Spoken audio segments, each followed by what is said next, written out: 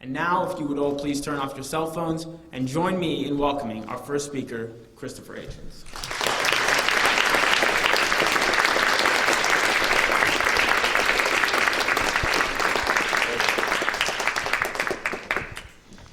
Thank you for that very generous introduction. And thank you, ladies and gentlemen, brothers and sisters, for coming. Is this echoing for you as it is for me? Yeah? No? Yes. Audible. Very well. I thought I'd begin with a brief mission statement. John Prendergast and my colleagues and I have the feeling that people like you come to meetings like this not just to listen or to absorb, but also to feed back and to contribute. So with your permission, I'll yield back some minutes of my allotted time so that we can have a question period and be subjected to your opinions when we're through. That's the first thing. The second is I'm incredibly relieved to be followed by John Prendergast, who knows a great deal more about this subject than I do, and who I think it can fairly be said of him, he'll be introduced, I'm sure, on his own, that without his efforts, the question of Darfur might have completely disappeared from the headlines and the political agenda. I can speak for myself, having been taken by him to Uganda to investigate the crimes and atrocities of the Lord's Resistance Army, one of the most vicious organizations on the planet, that he has the full knowledge not just about how to think about genocide and its consequences, but also some very important suggestions about what to do about it, which frees me, in the time I've left for myself, to confine my remarks essentially to how to think about it linguistically, how to define, how to confront this appalling problem. You don't often get, I'm invited to debates all the time. It's very seldom that I'm asked to take the anti-genocide position in a debate, and then told, and then Mr. whoever it might be, or Madame whoever it may be, will be taking the pro-genocide one. You don't somehow, if you'll forgive any flippancy on this question, which you probably shouldn't, you don't, so to speak, you don't get that lucky. What you get with genocide is what Harold Abrams says in Chariots of Fire about anti-Semitism. You catch it on the edge of the remark. You catch it in the fugitive remark, the euphemism, the shamefaced denial. But you catch it in the end, and it's worth training yourself to look out for the symptoms, I think. Today's the 1st of April. In a couple of weeks, the Armenian population of this city, and many others, I hope supported by you, will be commemorating the terrible day in 1915 when the Ottoman and Turkish authorities gave, in effect, a general order for the mass destruction of the Christian Armenian population of the Ottoman Empire. And they don't just have to remember this terrible event. There are a few of them left now who do physically remember it. I used to speak every year in Times Square in mid-April with a row of old ladies and old men in the front of the audience who were survivors. They've all died now. And they all died not just in the knowledge of what had happened to their families and their friends and their communities, and the extirpation not just of them physically, but the destruction of their churches, the destruction of their libraries, the renaming of their towns, the attempt to erase them from the map, the production of new atlases in Turkey that failed to show there was ever an Armenian province, the cultural erasure. They didn't just die in the knowledge of that. They died in the knowledge that it was still said that it had never happened to them. This, I think, is the crowning insult, and the one that above all cries out for justice. Not even an admission that it had happened.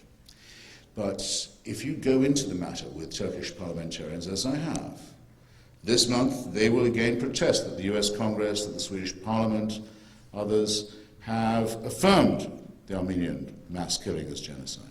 There will again be threats from Turkey. They'll cut off relations with all countries that even dare to name it as such. Every parliament in the world discusses it, not the Turkish one.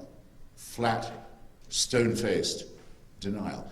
But go into it a bit further, and you'll suddenly hear them say, well, the Armenians were taking the Russian side in the First World War.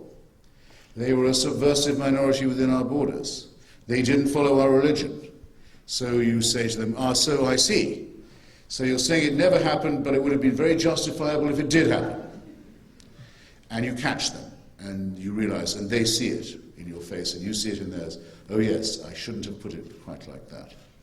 Isn't it of enormous interest that the neo-Nazi forces and their apologists now in America and in Europe and elsewhere do not say, yes, it's true that we tried to make an end to the foul Jewish people who were the main threat to German and Aryan civilization, that we are proud of our attempt to rid the world of this unwanted, hideous tribe. No, they say, no, we never tried it.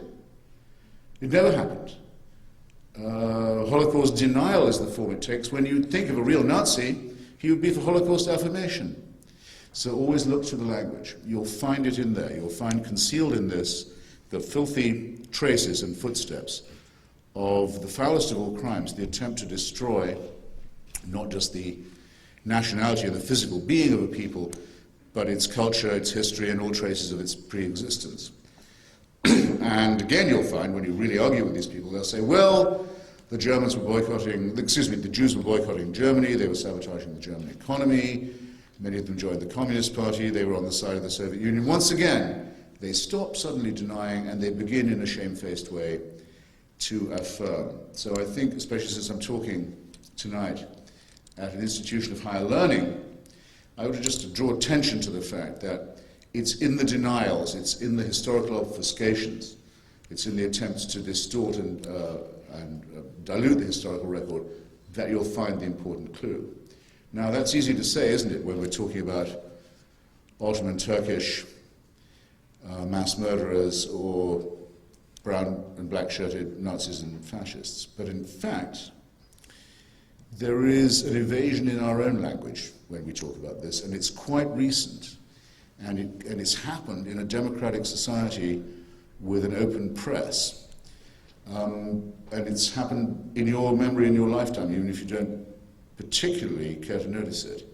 Why did Madeleine Albright, then Secretary of State, and Bill Clinton, then actually Ambassador to the United Nations, later Secretary of State, and Bill Clinton, then President of the United States, why did they not call the attempt by the Hutu population, or the extremist wing of it in Rwanda, to destroy the Tutsi population and the moderate Hutu, why was this not called genocide? When it was plainly the attempt to extirpate an entire population in whole or in part. Because if you call it genocide, and you are, as our country is, a signatory to the Genocide Convention, once you've called it genocide, you're mandated not just to protest about it, but to do something about it. The convention is very plain. If you call it by its right name, you must act, either to prevent it, if it can be prevented, to halt it if it's been started, or to punish it if it's been completed. And so in our own lifetimes, we have no right to sneer at other cultures who've used euphemism. We decided not to call it by its right name for a long time, until the business was nearly done, so as to avoid the responsibility for it. So this is something that lives right near you and can come to your society and infect your political dialogue. It's not a thing that happens in other places, or not just. Wanted to start by making that as plain as I could.